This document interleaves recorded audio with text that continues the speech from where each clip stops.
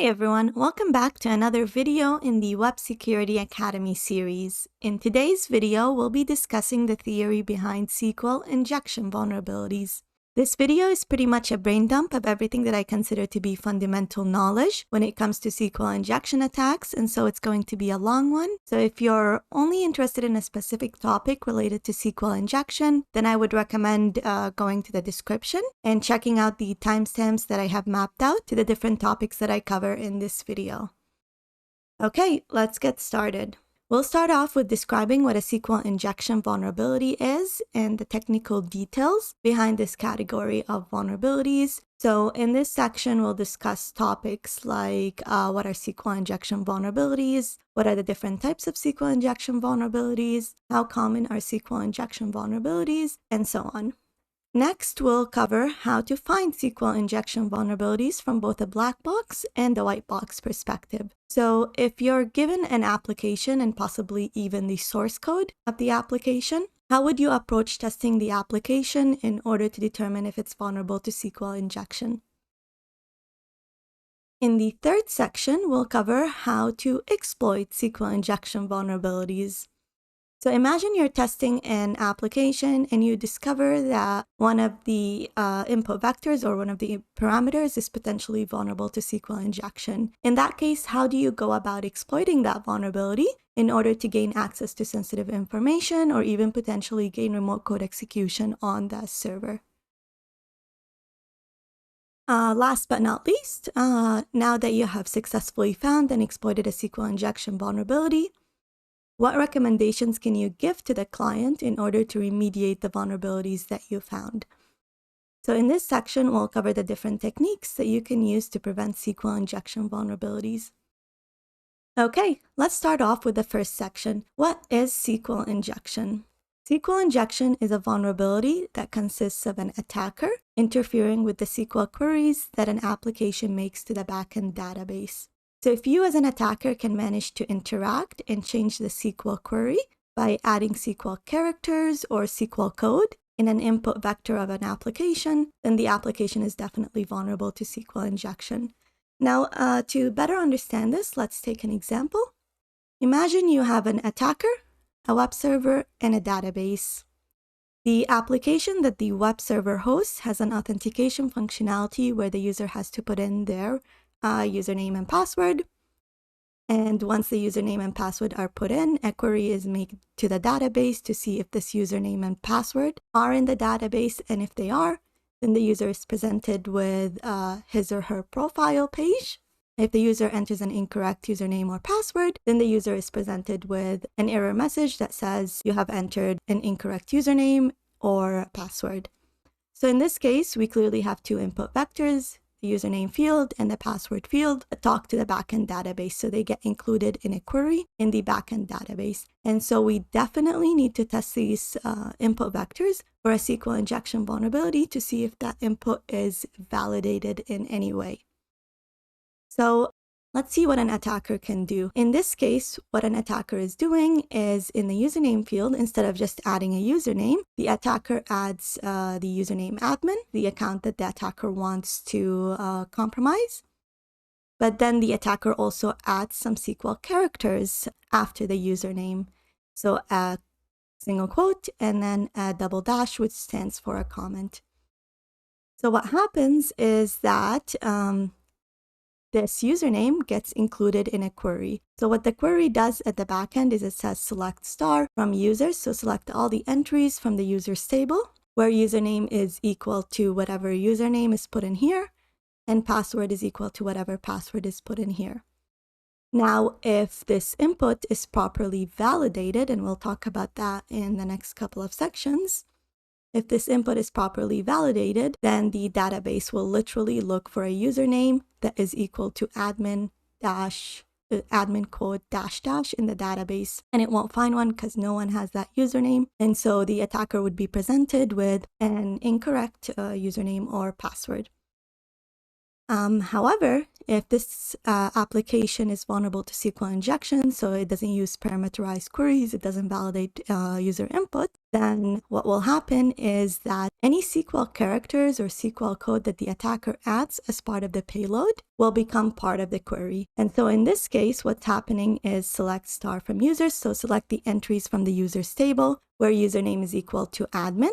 The single quote over here that the attacker included closes the string for the username, and then the double dash stands for a comment, and so it says comment out the rest of the query. And so what happens is the query becomes this. So select all the entries from the users table where username is equal to admin. Now admin is an existing username in the database, and so what happens is that the database will return the admin user profile, and the attacker gets logged in as the admin user.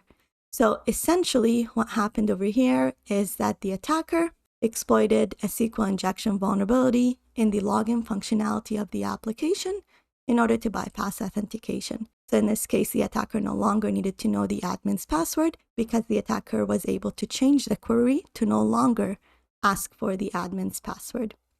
So that's one example of how you could use SQL injection vulnerabilities in order to bypass authentication on login functionality. Now let's talk about what are other impacts of SQL injection attacks. And the real answer to this is that it really depends on the context of the SQL injection that you're exploiting. So some SQL injection vulnerabilities will only allow you to view data, whereas others will allow you to actually modify data. So when I was coming up with this slide, instead of listing the infinite number of things that you could do to applications with SQL injection vulnerabilities, I instead decided to just compare it to the SIA triad. So how it affects confidentiality, integrity, and availability. So in terms of confidentiality, some SQL injection vulnerabilities will allow you to view sensitive information, such as usernames and passwords, so the application's username and password. And that's an example of how you impact the confidentiality of an application by accessing information that you shouldn't have access to. In terms of integrity, some SQL injection vulnerabilities will allow you to alter data in a database. And an example of that that I exploited not too long ago is an application that allows you to update an email address. And so because this was vulnerable to SQL injection, I was able to update another user's email address to one that I control. And so what I did is, because I control this email address, I reset the password of the user, and the reset token was sent to the email address that I own. And so I hijacked the user's account. And that's an example of how to affect the integrity of the application, because you were able to alter data that you shouldn't have otherwise been able to alter. It also affected the availability of the application, because I denied, when I reset the user's password, I denied access to the user's account. And so I affected the availability of the application.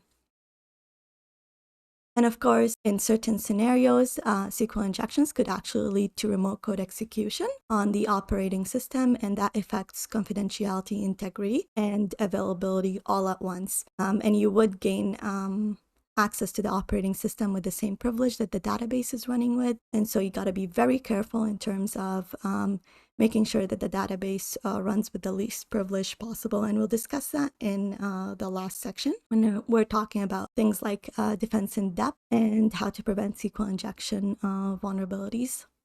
Okay, so we talked about the impact of SQL injection vulnerabilities. Now the question is, how common and how critical are SQL injection vulnerabilities? And one way to measure that, and it's not bulletproof, is the OWASP Top 10 list.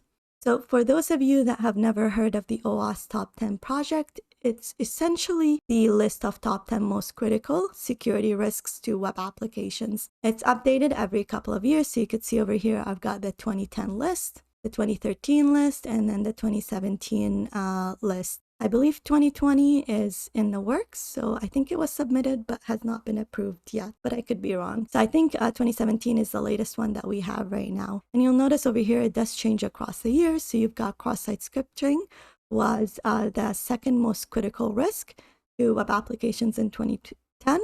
and then it became the third most critical risk in 2013, and then it dropped all the way to the seventh most critical risk in 2017. And you'll see some of them completely disappear. So insufficient transport layer protection was number 9 of most critical risks in 2010, but it completely disappeared in 2013 and 2017. And that's probably because it's so easy to now get certificates and use HTTPS on your site. Even malicious sites use HTTPS right now, so it's definitely not a risk anymore. But then you see also new ones get added. So for example, insecure deserialization over here was never a risk in 2010 or 2013, was not part of the list. And in 2017, it became part of the list. Now for SQL injection vulnerabilities, they fall under the first most critical risk to web applications. So they fall under the injection category. However, it's worth mentioning that this covers all of injection vulnerabilities, not just SQL injection vulnerabilities. In fact, the likelihood of SQL injection vulnerabilities existing in applications has decreased across the years for many reasons, and we'll discuss that in the last section when we discuss how to prevent SQL injection vulnerabilities. Nevertheless, it is still a critical risk because, as we saw in the past couple of slides, if you do have even just one parameter that is vulnerable to SQL injection, it could potentially lead to remote code execution on the server, so a full compromise of the underlying server. All right, so in the past couple of slides, we got a high-level overview of what SQL injection vulnerabilities are. Now we're going to go at a more granular level and talk about the different types of SQL injection. SQL injection vulnerabilities can be classified into 3 major categories. The first is in-band or classic SQL injection. The second is inferential or blind SQL injection. And the third is out-of-band SQL injection. Now, in-band, or also known as classic SQL injection vulnerabilities, are ones where the attacker uses the same communication channel to both launch the attack and gather the results of the attack. If that doesn't make much sense to you, that's okay, don't worry. I actually have a couple of slides explaining each type in detail. Right now, I'm simply giving you a high-level overview of what each type is. Now, in-band or classic SQL injection is divided into 2 types: error-based SQL injection and union-based SQL injection. Error-based SQL injection is a technique where you force the database to generate an error, giving you more information about how things operate at the backend. So an example would be if you have a parameter that is vulnerable to SQL injection, and then you put into that parameter a single quote, and that breaks the backend query, which generates an error at the application level. And so what happens is that the error tells you things like the version of the database, so the type of database that they're using at the backend, the version of the database, and sometimes the error will also tell you the exact SQL query that is being used at the backend. And this would make your life so much easier because if you know the exact query, you don't have to guess it using trial and error. And this way you could just build your SQL payload. So that's an example of error-based SQL injection. For union-based SQL injection, it's a technique that leverages the union operator to combine the results of 2 queries into a single result set. So in this technique, you don't just output the result of the original query that the application makes, but you also output the result of a query of your choosing. And of course, something that you would be interested in is, for example, the usernames and passwords of the users of the application. So you would use the union operator to output the credentials of the users of the application.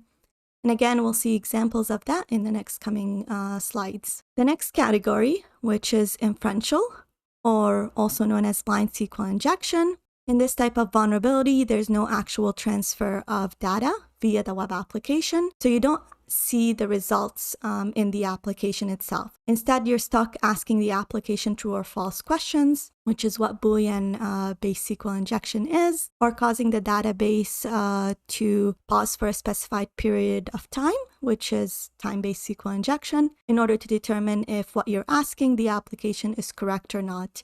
Obviously, the way you exploit blind SQL injections is more difficult than classic SQL injections. However, the impact, even if you're not seeing the results right away in your application, the impact of exploiting the vulnerability is still as bad as in-band or classic SQL injection. And we'll see examples of that in a bit.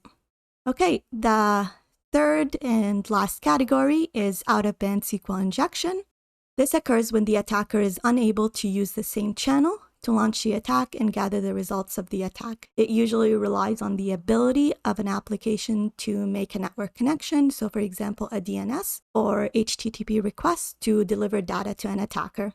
I've seen people loop this type of SQL injection under inferential or blind SQL injection, which is a fair thing to do. However, if you look at resources online, most of the resources out there will separate them into 3 different categories, and that's why I decided to also separate them into 3 different categories in my video.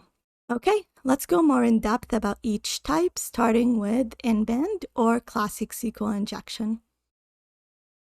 We talked about in-band SQL injection vulnerabilities occurring when the attacker is able to use the same communication channel to both launch an attack and gather the results of an attack. So to put this in plain, simple English, if you exploit a SQL injection vulnerability by sending a SQL payload in one of the fields of an application, and then you see the result of your SQL payload presented directly to you in the application, then this falls under the category of in-band SQL injection.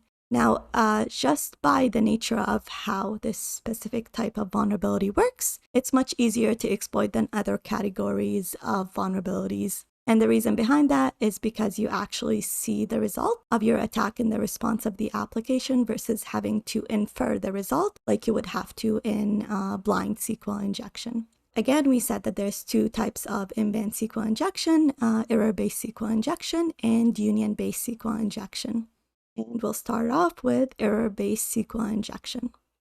Error-based SQL injection is an in-band SQL injection technique that forces the database to generate an error, giving the attacker information that could potentially aid in developing the injection payload. So let's take an example. Imagine you have an application, www.random.com, that has an ID parameter that is vulnerable to SQL injection. In this case, we're putting a single quote in the ID field, and because that is a SQL character and this is vulnerable to SQL injection, that single quote will become a part of the query, and so it'll break the backend query and it'll output an error. And an example error is you have an error in your SQL syntax, check the manual that corresponds to your MySQL server version, blah, blah, blah. So in this case, it tells you that you're using MySQL. That's good information to know. It might also tell you the version. And again, in certain scenarios, the error might also give you the query that happens when you put an ID parameter. So what's happening when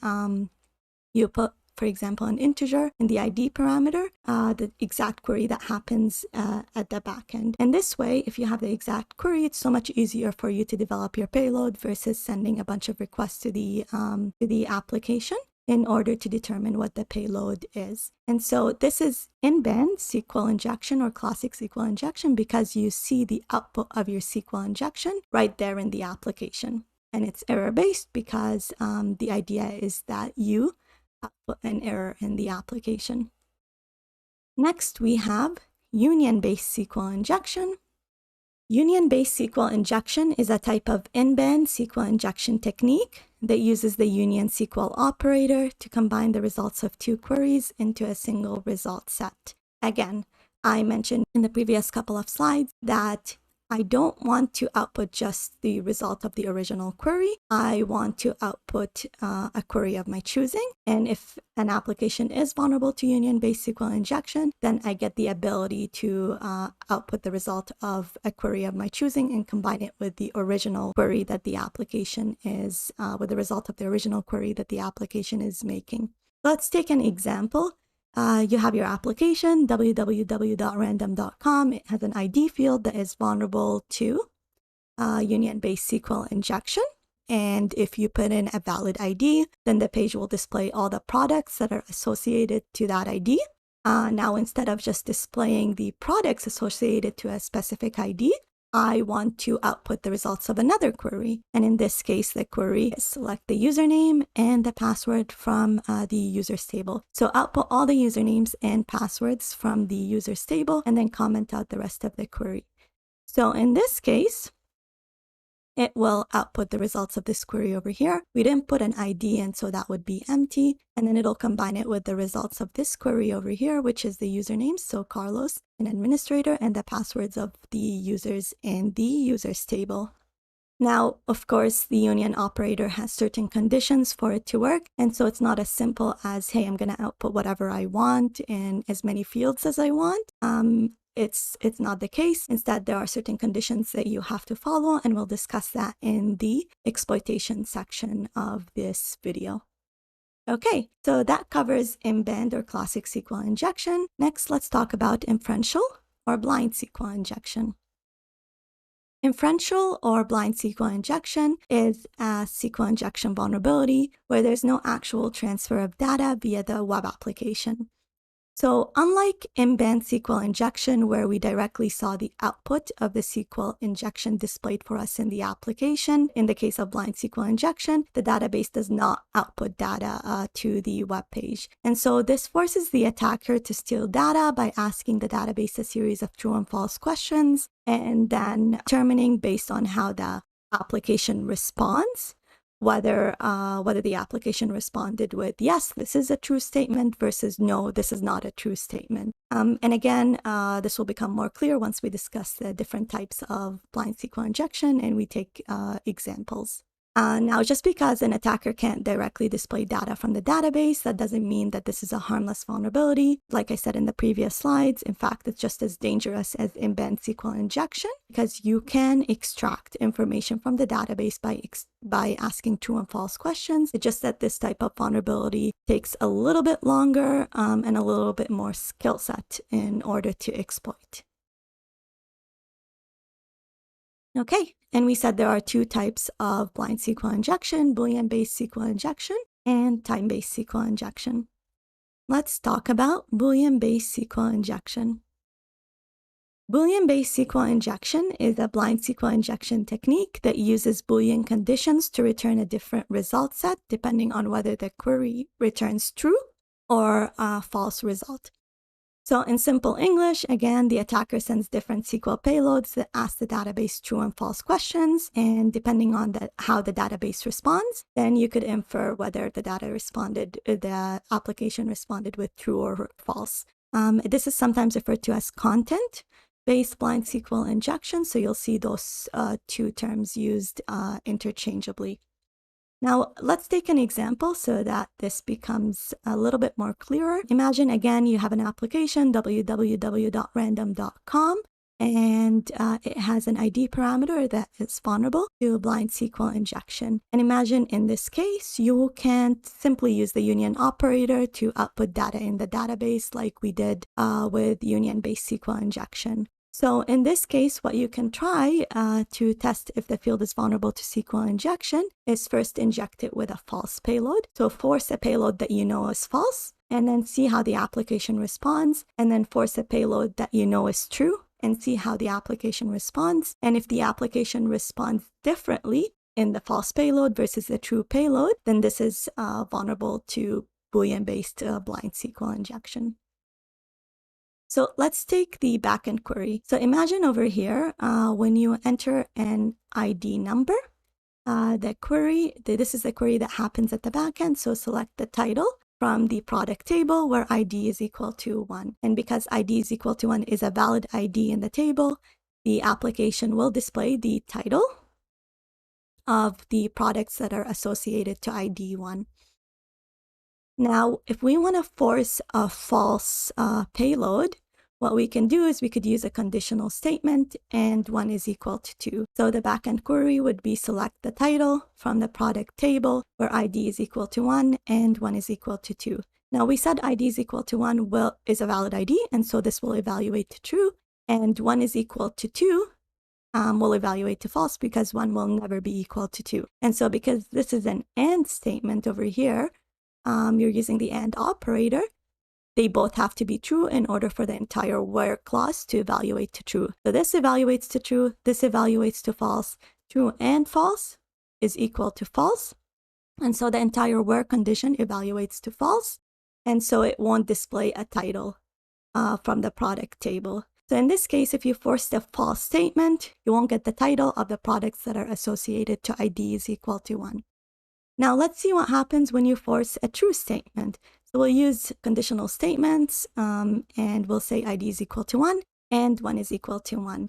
Now we said ID is equal to 1 evaluates to true because this is a valid ID in the table, and 1 is equal to 1. 1 will always be equal to 1. And so this will always evaluate to true. True and true evaluates to true. And so the where clause evaluates to true. And so the title of the products that are associated to ID 1 will be outputted on the page. And so right now I have two different responses depending on whether I force a false statement versus a true statement. And so I'm able to tell when the application is telling me, yes, this is a true statement versus no, this is not a true statement. And so now you might be wondering, well, it's nice that I can play around with the application and get it to output true or false, but how does that actually matter? And how does that help me in exploiting a SQL injection vulnerability to get sensitive information from the database? To answer that, let's take another use case. So imagine the same application. The application has a login functionality, and so it has a users table in the database, and the users table has the usernames of the users of the application, so in this case administrator, and the hashed passwords of the users in the application. And so I want to extract this hashed password for the administrator, but I can't simply output it on the page like I would for union-based SQL injection. And so I have to use my Boolean-based SQL injection in order to output it. And that's only done by asking the application true and false questions. And so the way I'm going to do that is by using this payload over here, which generates this query over here. So you've got, I'll use the substring function. And what that function does, it extracts some characters from a string. So the first parameter that it takes is the string that you want to extract from. The second parameter that it takes is the start position for the extraction. And the third parameter that it takes is the number of characters to extract. So in this case, I'm saying that string to extract from is the output of this query. So select the password from the users table where username is equal to administrator. This query will output this hashed string over here. And then I'm asking it extract the first character in the string and only one character. And so it will extract the first character over here of the hashed password. And then I'm asking it, is this first character equal to S? In this case, the first character is not equal to S because the first character is E. And so this statement over here evaluates to false. True and false evaluates to false. And so the where clause evaluates to false, and you shouldn't see a title from the products page. And so nothing is returned on the page. That means it returned false. That means I know that S is not a first character in the hashed password. Now, imagine I keep looping through the characters and I get to E, and I ask it again, is the first character of the hashed password equal to E? That evaluates to true, right? So the backend query would be true and true. So the entire where clause evaluates to true, and so the title of the products that are associated to ID 1 are returned on the page. And this gives me an indication that it returned true, which again tells me that E is the first character of the hashed password. And so right now you should get an indication of how you're going to extract information from the database and why I said it takes more skill set and more time than union-based injection. And that's because you're asking the application true and false questions, and you're going to have to do that for each character. So you start off with the first character, you loop through all the alphanumeric characters until you get a true result. Once you get a true result, that means you know you discovered what the character is, which is E over here. and then you move on to the next one, and then you loop through the alphanumeric characters until you get another true statement, and then that means you discovered what this character is, and then again you loop through all the alphanumeric characters until you discover what this character is, and so on until you output the entire string of the hashed password. And this could take thousands of requests. Obviously, you can't do it manually, and so you have to automate the task. And we'll do that in one of the videos where we use Burp Intruder to automate it. We'll also write a Python script that does it for you. And it might seem like it's something that is very difficult, but it's not.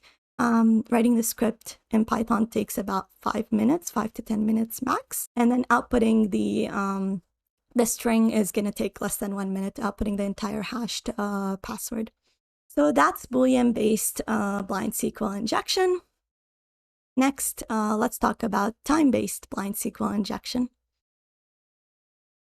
Time-based SQL injection is a blind-based SQL injection technique that relies on the database pausing for a specified amount of time, then returning the results indicating a successful SQL query execution. So just like we did for Boolean-based SQL injection, what we do for time-based SQL injection is we inject a payload in the parameter that is vulnerable. And what that payload does, it pauses the application, the response of the application for a certain period of time. So in PostgreSQL, you would use the pgsleep command and input a certain number of seconds. So if I use pgsleep 10, that means I ask the application to sleep for 10 seconds. And so if the response time takes 10 seconds to get back to me, then I know it's vulnerable to time-based SQL injection. If it doesn't take 10 seconds, so it takes the general 1 second to get back to me, then it's not vulnerable to time-based SQL injection. And the example is the same for Boolean-based SQL injection. The way you would extract information from the database is by asking the application true and false questions, except the condition over here is not a response in the application. The indication of whether it's true or false is going to be based on the response time of the application. And so I'm going to say if the first character of the administrator's hashed password is an A, then wait for 10 seconds. And if the response time takes 10 seconds to respond to me, then the first letter is A. If it doesn't take 10 seconds, then the first letter is not A. And again, this can't be done manually. You're going to have to script it, and you can do that in Python where you measure the response time. And then depending on what the response time is, you determine whether it's true or false. Okay, last but not least, let's talk about out-of-band SQL injection. Out-of-band SQL injection is a vulnerability that consists of triggering an out-of-band network connection to a system that you control. So this technique is usually used when you can't apply any of the other techniques that we learned about so far.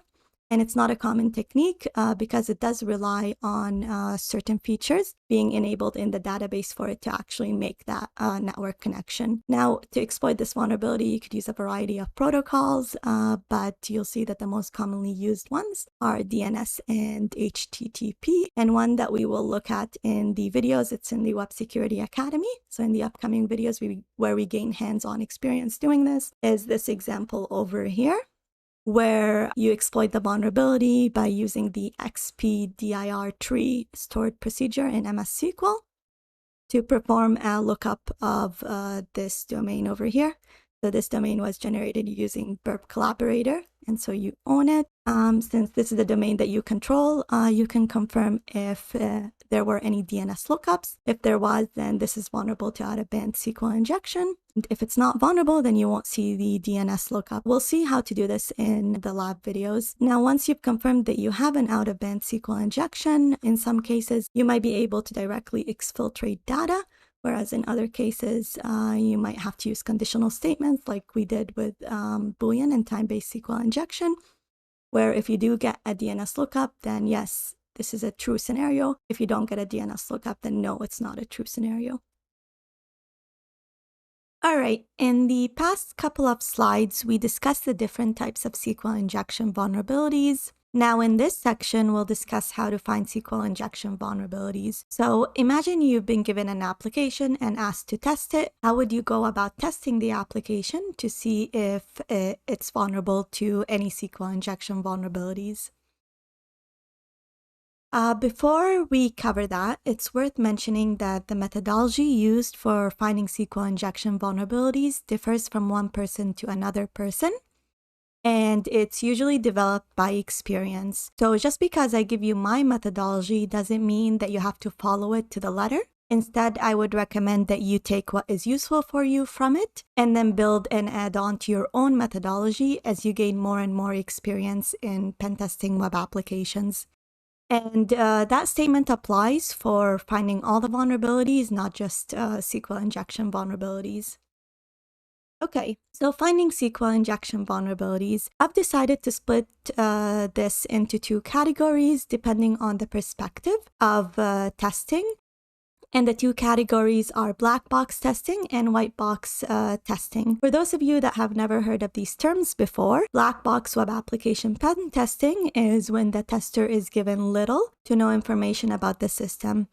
Usually the only information that the tester has access to is the URL of the application and the scope of the engagement. So this is similar to mimicking an external attacker that is trying to attack your system. The attacker usually doesn't know anything about the application other than the main URL of the application.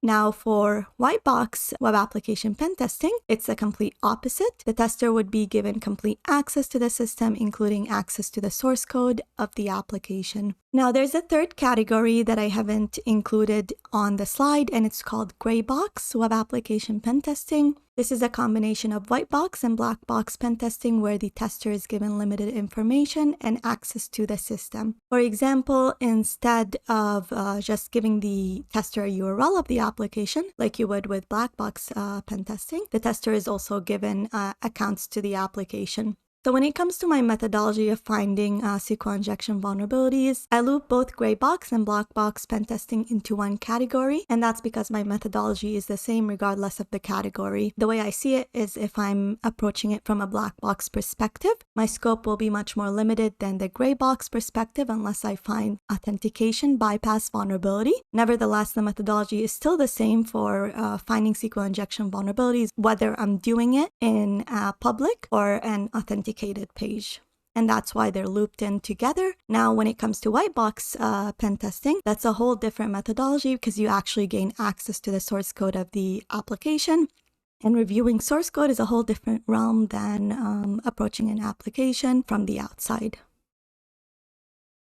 All right, let's start off by talking about how to test applications from a black box perspective. The first thing that I do when testing an application is map the application. And what that means is I literally visit the URL of the application. I walk through all the pages that are accessible to me within the user context that I'm running as. I make note of all the input vectors that potentially talk to the backend. I understand how the application functions. I try to figure out the logic of the application. I try to find subdomains in the application. I enumerate directories and pages that might not be directly visible to me through the application, and so on. And while I do all of that, I have my burp proxy listening silently and intercepting all the requests that I'm making to the application. So mapping the application is such an underrated step when it comes to pen testing applications, although I would argue it's probably the most important step. And the reason I say that is because I usually see beginners in this field get way too excited about the fact that they're testing an application, and then the first thing that they do is start throwing potentially malicious input vectors into the application to see if the application responds in an unusual way. And although this is a valid way of testing an application, it doesn't make you any different from an automated tool. So this is exactly what web application vulnerability scanners do. They crawl the application, they locate all the input vectors, and then they throw a ton of malicious payloads at these input vectors. And depending on how the application responds, the scanner logs the behavior as a potential vulnerability. And this way of testing usually only discovers the low-hanging vulnerabilities. So if you're doing exactly what a scanner can already do, then your testing is really not adding any value. Instead of doing that, what I would recommend is you leave that up to the scanners and instead spend quite a bit of time understanding how the application works, because most of the critical vulnerabilities found in applications are logic flaws that a scanner is not capable of finding on its own, or the vulnerabilities are embedded in pages that the scanner can't crawl, so technologies that the scanner can't crawl. Okay, so once you've mapped the application, and you've listed all the input vectors that are potentially included in queries that are interacting with the SQL database, then it's a matter of fuzzing the application. And that's because we're looking for SQL injection vulnerabilities. You'd be fuzzing the application with SQL-specific characters. So what that means is you add special characters in the input vectors and see if the application responds in an unusual way. Now, depending on how the application responds, you start refining your query until you achieve your end goal. And that's what makes you different from a scanner, because a scanner just simply throws a bunch of input at the application. You as a human being you're capable of understanding the output of the SQL injection. And so you're able to refine your SQL injection using multiple requests until you actually achieve your goal. And we'll see how to do that in the exploitation section of this video. Okay, again, fuzzing the application means adding special characters and input vectors and seeing if the application responds in an unusual way. Now, that can be done in many ways. The first thing that I try to do is submit SQL-specific characters, such as the quote, or the double quote, or the hash, or the dashes that represent comments, and see if the application outputs an error.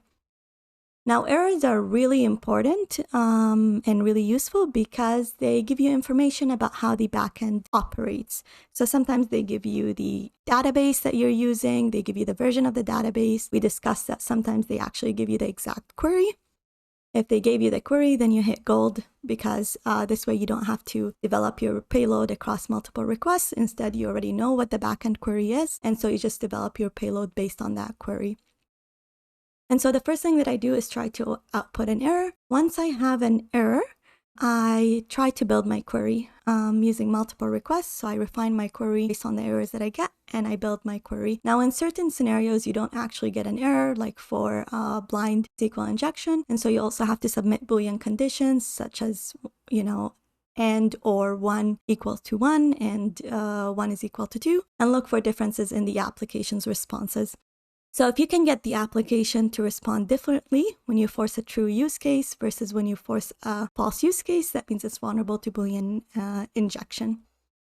Next, I do the same thing as Boolean injection. Instead, it would be to trigger time delays in the application and then see if there's a difference in the time it takes to respond. So if you input a function that causes a time delay and you actually observe that time delay, that means that the application is vulnerable to time-based SQL injection. Last but not least, I also submit out-of-band payloads that are designed to trigger a network interaction with a server that I control. And if I get that network interaction, whether it's a DNS lookup or it's done through HTTP, that means that the application is vulnerable to out-of-band SQL injection. And if I don't get them, that means it's not vulnerable to out-of-band SQL injection. So that's a high-level overview of my methodology when it comes to testing from a black box perspective. There's really 2 steps. First, mapping the application. So listing all the input vectors in the application, and then fuzzing the input vectors to see if I can find a SQL injection. And again, when it comes to fuzzing the input vectors, you can refine your requests based on the responses that the application gives you. Okay, next is white box testing perspective. So where you're given the source code of the application. In this case, the first thing that I do is I enable web server logging and I enable database logging. So enabling logging at the web server level will help because when you're fuzzing the application, like we did with black box perspective, it will generate errors on all the different invalid characters that you input into the application. And then that helps you to detect that SQL injection exists, and then also to refine your payload later on. Similarly, for database logging, I enable that because when I think that there's a SQL injection vulnerability and I enter a SQL injection payload in the parameter, I'd like to see how it was logged at the backend. And then depending on how it was logged at the backend, I can see what characters made it through and in what format they made it through. And then I could say, with maybe a 90% accuracy, that yes, this is vulnerable to SQL injection before I even look at the source code of the application. So once I have my logging enabled, the next thing that I do is map the application, just like I would with a black box perspective. So I'll start with the application's graphical user interface. I'll map all the visible functionality in the application, all the input vectors that potentially talk to the backend, and I'll make a list of them.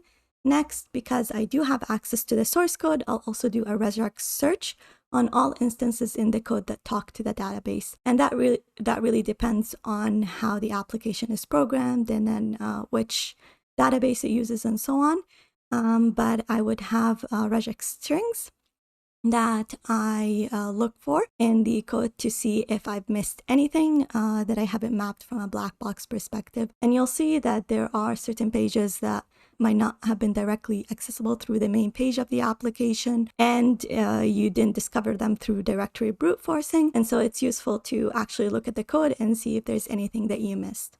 Once I have a list of everything, what I would do is I would literally fuzz the application. So I would submit SQL characters that could potentially break the query. I will look at how they were logged using database logging that I enabled in the first step. And then based on that, I can usually tell if it's vulnerable to SQL code injection. And if I feel like it's vulnerable to SQL code injection, then I actually do a code review of that functionality. So for example, if I think the login page is vulnerable to SQL injection, what I would do is I will look for the login functionality, so the function that implements that in the code, and then I would do a walkthrough of that entire functionality from beginning to end, until I have confirmed that it is vulnerable to SQL injection in theory. And then to confirm in practice that it is vulnerable to SQL injection, then I would test it out. And depending on the response I get from the application, that means it's vulnerable to SQL injection. So again, that's my methodology. It doesn't mean that it's a methodology that you should follow. I do know people that would automatically just go into the source code and then do a search for insecure functions when it comes to parameterized queries and so on. And so if they find an insecure function, they'll start with that instead of doing kind of a hybrid approach of both black box and white box, which is the way that the methodology that I described. Okay, in the past two sections, we talked about the different types of SQL injection vulnerabilities and how to test an application to see if it's vulnerable to SQL injection. Now in this section, we'll talk about how to exploit SQL injection vulnerabilities in order to achieve your end goal. And that really depends on the SQL injection vulnerability that you're trying to exploit. We so far talked about five different types: error-based SQL injection, union-based SQL injection, Boolean-based blind SQL injection, time-based blind SQL injection, and out-of-band SQL injection. So in this section, we'll talk about how to exploit each one of these vulnerabilities. And we'll start off with error-based SQL injection. Now, as a reminder, we said error-based SQL injection is an in-band SQL injection technique that forces the database to generate an error, giving the attacker information upon which to refine a query. So successful exploitation of an error-based SQL injection is the fact that you can get the application to output an error. So there's really not much to exploiting this vulnerability. All you would do is submit SQL-specific characters, again, such as the single quote or the double quote, and you look for errors in the application. Now, different characters can give you different errors, so it's good to fuzz the application with the commonly known characters to generate errors. Next is union-based SQL injection. Exploiting this vulnerability is a little bit more involved. As a reminder, we said union-based SQL injection is an in-band SQL injection technique that leverages the union SQL operator to combine the results of two queries into a single result set. Now, in order for you to use the union operator, you have to follow the rules of the union operator, and there's two basic rules. The first one is that the number and the order of the columns must be the same in all queries, and the second one is that the data types must be compatible. So the query that the application is making and the query that you want to make have to satisfy these two rules. And so when you're exploiting union-based SQL injection, the first thing that you need to do is figure out the number of columns that the query is making. We'll talk about that in a bit, and we've got two ways of doing that. Next, you figure out the data types of the columns. We're mainly interested with string data because we want to extract things like usernames and passwords and so on. And so that's usually saved in string format. And so we need to find a data type that outputs string data. And this way we could output the data that we want to extract. And then once you've figured out the number of columns that the query is making and the data types of the columns, then you could use the union operator to output information from the database. Sometimes you don't actually get the data type that you want, and so it's a dead end. You can only extract, for example, integers or so on. So it depends on the SQL injection and the context that you're running with on whether you could actually exploit it to extract information from the backend database. Okay, so I said there's two different ways of determining the number of columns that are required in a SQL injection union attack. And one of the ways is using the order by clause. Now, this clause orders the result set of a query by a specified column list. So let's take an example. If you've got select the title and the cost from the product table where ID is equal to 1, and then you say order by 1, what that means is that you're ordering by the first column, which is by the title column over here. Now, the way to figure out the number of columns is to incrementally inject a series of order by clauses until you get an error or observe a different behavior in the application. So if I say order by 1, it'll order by the first column. If I say order by 2, it'll order by the second column. Now, if I say order by 3, that column doesn't exist. And so I get an error saying the order by position number 3 is out of range of the number of items in the select list. And so this way, I know that 3 is not a column. And since I incrementally increase the value of the order by integer over here, I know then the number of columns is this value minus 1. So 3 minus 1, which is 2. So I know that number of columns that are being used in the SQL query is 2. So that's the way to do it using the order by clause. You could also figure out the number of columns required in a SQL injection using null values. So again, let's take example of a query that does select the title and the cost from the product table where ID is equal to 1. And then you say union, select null, and then dash dash for a comment character. Now, because a union using the union operator requires that this query has the same number of columns as this query, if you don't use the same number of columns, you will get an error. So if you incrementally inject a series of union select payloads specifying a different number of null values until you no longer get an error, then you could figure out the number of columns that are required by a SQL injection. So for example, when I put this payload over here, which is the one over here, it'll give me an error saying something like all queries combined using a union, intersect, or except operator must have an equal number of expressions in their target list. So it's telling me you're using the union operator, but your two queries don't have the same number of columns. And so I know that the query does not have only one column. So I increase the number of null values again by 1. So now I have 2 null values, and I try it out and I see if it gives me an error. That means it has more than 2 columns, and I try 3 and so on until I no longer get an error. Now, in this case, we only have 2 columns, and so this will output the results of this query over here, and then the null values over here. So this won't give me an error, and that means that the number of columns that I have is equal to the number of null values that I entered, which is 2. So you could either do it by the order by clause or use by adding union select payloads specifying different numbers of null values. Okay, so that's how to find out the number of columns that the query is using. Next, we need to find a useful data type in these columns. And so the way to do that is to probe each column to test whether it can hold string data by submitting a series of union select payloads that place a string value into each column in turn. So over here, what I would do, now I know that it has 2 columns, right? From the previous exercise that we just did. So what I would do is I would add a string value, so A in the first column value, and see if it outputs an error. If it outputs an error saying that, I don't know, it's incompatible with a certain type. So in this case, we're saying that the first value is actually integer. And so I get an error saying that it's incompatible, which means that the first column does not allow you to, is not a string data type. So next I try the second column over here.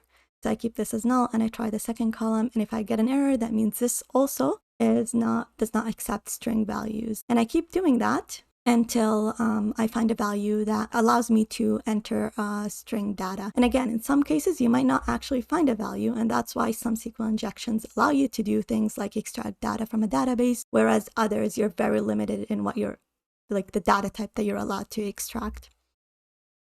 Okay, and so going back to the slide, explaining union-based SQL injection, we talked about how to figure out the number of columns that the query is making. We also talked about how to figure out the data types of the columns. If you have columns that are being outputted on the page and they use string data, then you could use the union operator to output information from the database. And that's how you exploit union-based SQL injection. Next, let's talk about exploiting Boolean-based blind SQL injection. So the first thing to do is submit a Boolean condition that evaluates to false and note the response. I've got an error here. It should say note. The next thing to do is submit a Boolean condition that evaluates to true. And again, note the response. If the response is different, or when you force a false statement versus a true statement, then you have a Boolean-based blind SQL injection. And the way to exploit that, we already talked about that, is to write a program that uses conditional statements to ask the database a series of true and false questions, and then monitor the responses. If the response is the same as the response you got when it evaluated to true, that means the question that you're asking the application is true. If the response is the same as the response that you got when you forced the false statements, that means the question that you're asking the application is false. And that's how you extract data from the database when it comes to Boolean-based blind SQL injection. Next is time-based blind SQL injection. What you do is you submit a payload that pauses the application for a specified period of time.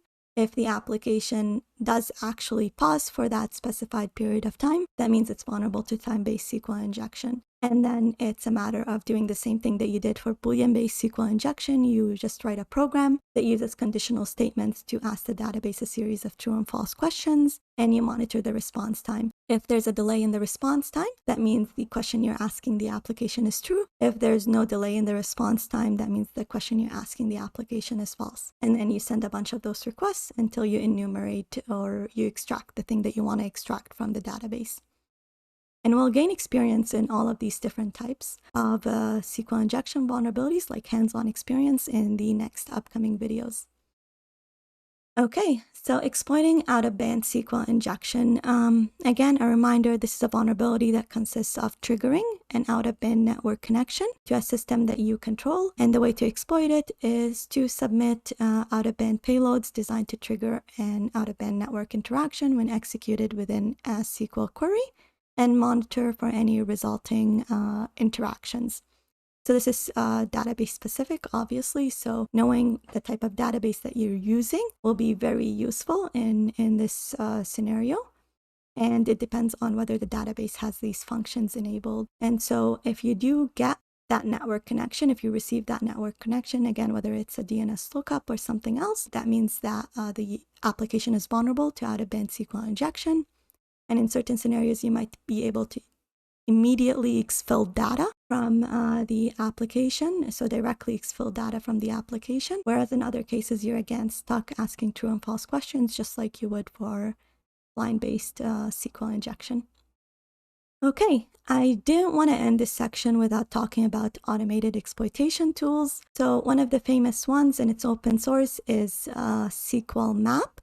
It's a tool that is used to find SQL injection vulnerabilities. It's very, very powerful, and it's very customizable in the sense that you select what parameters you could inject. You also select the vigorosity of your testing. You also select the angle of your testing. So if it does find a SQL injection vulnerability, sometimes you have the ability to say, try to get a shell on the system, or try to dump the usernames and passwords of the applications on the system, and so on. And so this is a very important tool to look into when it comes to finding SQL injection vulnerabilities. Other tools that you could use, which are more for detection versus actually exploiting it to achieve your end goal, are web application vulnerability scanners. We talked quite a bit about these in this video. They're scanners that crawl the application and look for vulnerabilities. So not just SQL injection vulnerabilities, they look for all types of vulnerabilities in an application, and they usually report it as a vulnerability. They don't actually go all the way to exploiting it to get a shell on the system or to dump usernames and passwords. And some of these tools are open source, whereas others are paid. So something to look into. Of course, these tools have limitations, and maybe I'll do a video specific on that because that's what my research was on. But these tools have limitations, and they operate from a black box perspective. So there are other tools that operate from a white box perspective. They're called static analysis tools, whereas these are called dynamic analysis tools. So something to look into when you want to automate a portion of your web application testing. All right, now that you know what a SQL injection vulnerability is, how to find it, and how to exploit it, the next thing to learn is how to prevent SQL injection vulnerabilities. And that will come in really handy when you're writing pen testing reports and you need to provide recommendations to your client on how to remediate the vulnerabilities that you discovered. So there are the primary defenses and the additional defenses, which use the concept of defense in depth. We'll talk about each defense in the next couple of slides, and those are the ones that are mentioned in the Web Application Hackers Handbook. But the idea is I have this highlighted over here because this is the correct way of preventing SQL injection vulnerabilities, and that is by using prepared statements or parameterized queries instead of string concatenation within a query. All the other options are partial options and should be used only as a last resort with the knowledge that they might be bypassed or they might be implemented incorrectly, and they might cause a SQL injection in the future. And so let's talk about each one in order, starting with the correct way of defending against SQL injection vulnerabilities, and that's using prepared statements. Okay, so let's take an example first. So you've got a code block over here. The first one, which is query over here, has select the account balance from the user data table, where username is equal to request.getParameter customer name. So what this does is it takes user input, so user controlled input customer name, and it adds it directly to the query, and then it defines the structure. So it's defining the structure of the query, and then it executes the query. So do you spot the issue over here? It's a bit obvious. The user supplied input customer name over here is embedded directly into the SQL statement. And so anything that the user adds over here might actually be interpreted as part of the query. Okay, so using prepared statements can prevent SQL injection attacks, and that's because the construction of the SQL statement is performed in two steps. The first being the application specifies the query structure with placeholders for each user supplied input, and then the application specifies the content of each placeholder. This way, there's no way that a user supplied input that is specified in this step over here can ever interfere with the structure of the query in this first step. And that's because the query structure had already been defined, and now any placeholder data is interpreted in a safe way as literally data versus SQL code. And so let's take an example of code that is not vulnerable. So in this code over here, you could see there is the variable cust name. It takes an user supplied input, customer name. You've got the query over here being defined. And then over here, it prepares the statement through a database connection. So the prepare statement method is invoked to interpret this query and fix the structure of the query. And then the setString method is used to specify the parameter's actual value. Now, because the query structure has already been fixed in the prepared statement, this value can contain any data without affecting the structure of the query because it will literally be interpreted as data versus as part of the query. So if the user over here had put in SQL characters like a quote or a double quote or so on, that will be interpreted as data, and it can't ever change the structure of the query because the structure has already been determined and fixed. And that's how you prevent SQL injection vulnerabilities. That's the correct way of preventing SQL injection vulnerabilities. Now, there are partial options that the book talks about. One is the use of stored procedures. So stored procedures are batches of statements grouped as a logical unit and stored in a database. This is not always a safe way of preventing SQL injection vulnerabilities because if it's implemented incorrectly, it could still be vulnerable to SQL injection. So it still needs to be called in a parameterized way in order for it to be safe against SQL injection vulnerabilities. The reason that some people would use stored procedures or any of the partial options is because there are certain parameters that you can't specify as placeholders in parameterized queries. And for example, the table name or the column name. And so if that's user controllable, you have to use one of the partial options in order to prevent SQL injection attacks. Now, the correct way of doing it is that this should never be user controllable, but if it has to be user controllable, then you use one of the partial options. That's option 2. Option number 3 is whitelist input validation. So define which values are authorized. Everything else is considered to be unauthorized. And we talked about parameters that can be placeholders like the table name and the column name. In this case, a whitelist input validation would be you know exactly the column name should be or the table name should be users. And so you only accept the value users and nothing else. And this way you prevent the attacker from injecting other characters or other strings that could potentially interfere with your query. Option number 4 is escape all user input. So validate user input, and that should only be used as a last resort. Again, it's a partial option versus something that for sure prevents SQL injection vulnerabilities. Okay, additional defenses. Before we talk about that, let's talk about the concept of defense in depth. So the idea is to make it as difficult as possible for the attacker to compromise your organization. And that's done by providing additional protection in the event that the frontline defenses fail.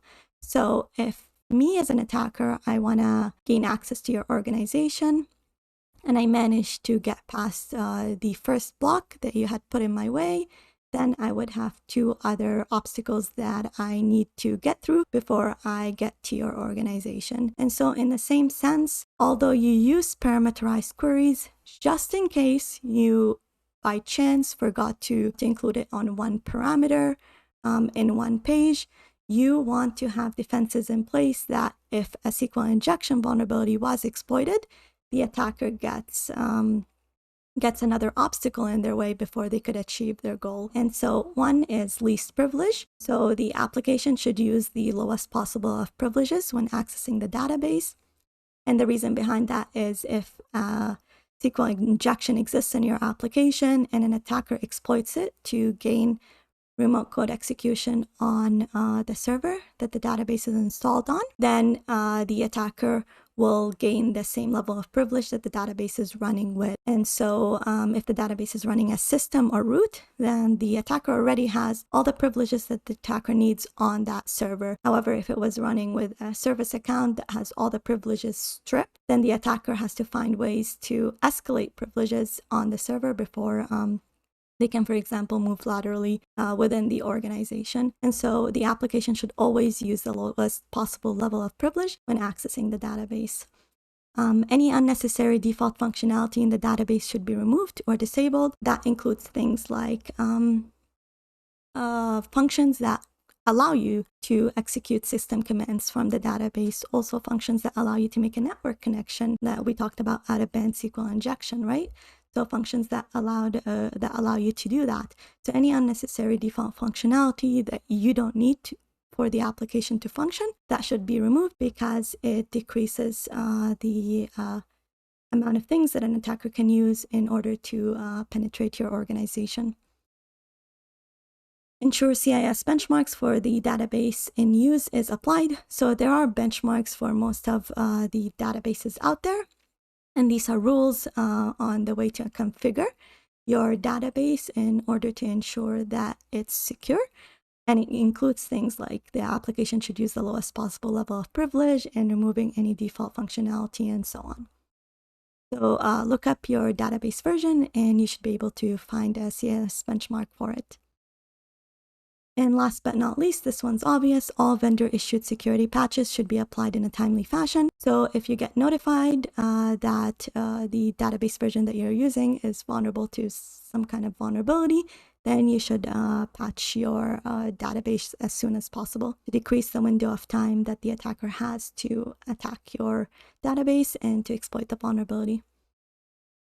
And then this one, we already discussed it. So whitelist input validation. So although you have parameterized queries, an additional defense, so a defense in depth, is to still whitelist all the input values that come from the user, so come from the client side. Okay, and that wraps up the last section. Before I close this video, let's talk about the resources that were used to create this video. One is the Web Security Academy, so the SQL injection module, and that's the module that we'll be following for the next couple of videos. Next is the Web Application Hackers Handbook, so Chapter 9, Attacking Data Stores. If you want to learn more about this topic, you should go and read this chapter. And then we've got the OWASP Guide for SQL Injection and SQL Injection Prevention Cheat Sheet. I also included the Pentest Monkey URL. And the reason behind that is because it lists all the different SQL injection payloads that you could use depending on the database that you're using. And then there's other ones like payload all the things and so on. We'll see a lot of this when it comes to the videos. To wrap up, in this video, we learned about SQL injection vulnerabilities, how to find them, how to exploit them, and how to prevent them. You can find a link to the slides in the description. In the next couple of videos, we will gain hands-on experience exploiting all the different types of SQL injection vulnerabilities that we learned about in this video. If you made it this far, thank you for watching. Make sure to hit the subscribe button and share the video so that it reaches a wider audience. Also comment below what you liked about the video and the type of videos you would like to see in the future. Thank you and see you in the next video.